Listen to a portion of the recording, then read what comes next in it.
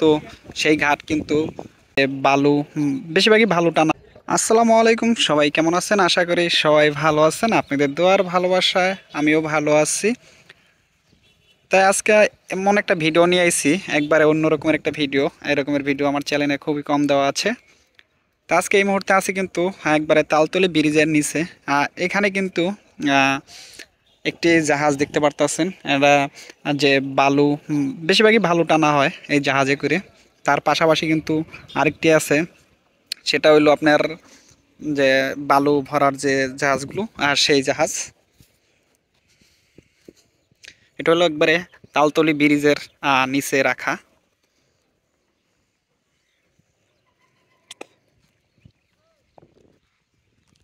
তার পাশে কিন্তু আছে আহ, এই সাইডে আছে কিছু দুটা ট্রলার। এখান থেকে কিন্তু কিছু মালামাল নেওয়া হয় শহর থেকে। যে মালামাল কিনে মুদির মালামাল কিনে কিন্তু নেওয়া হয়, বিভিন্ন জায়গায় কিন্তু যায়।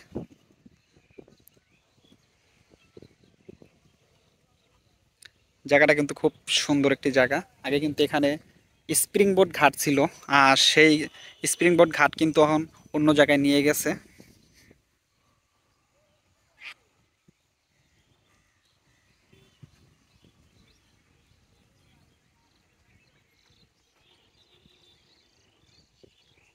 তা চলুন একটু স্প্রিং বোট দেখে আসি ঘাটটা। এখানে কিন্তু বর্তমানেও কিছু স্প্রিং বোট মানে স্প্রিং স্প্রিং বোট আছে, যেটা এখানে ঘাট ছিল আগে। ঘাটটা ছিল ওই ওই সাইডে, ওই জায়গায় কিন্তু আগে স্প্রিং বোট ঘাট ছিল। বর্তমানে কিন্তু সেই ঘাট কিন্তু শায়েস্তাবাজ নিয়ে গেছে, এখানে কিন্তু আর নেই।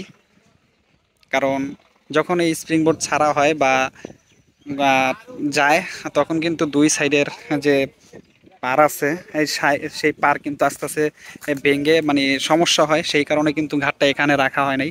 কারণ এমনিতেই নদীটা একটু সাইডে ছোট। তো এই বোটটি কিন্তু সম্ভবত কোনো সমস্যার কারণে এখানে রাইখা দেওয়া হয়েছে।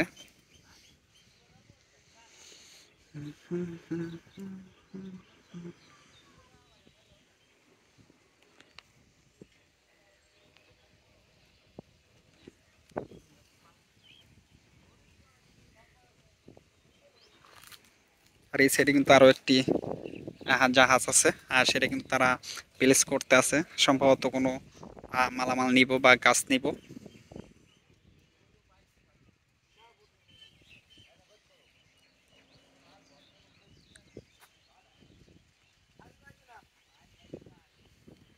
উপরেও কিন্তু দুইটা বোট আছে, ওই যে একটি বোট আর এই যে একটি বোট।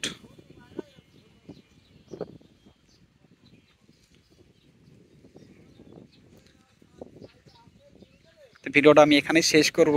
আর ভিডিওটা কেমন হলো অবশ্যই কমেন্ট করবেন। আরও নতুন নতুন ভিডিও দেওয়ার চেষ্টা করব।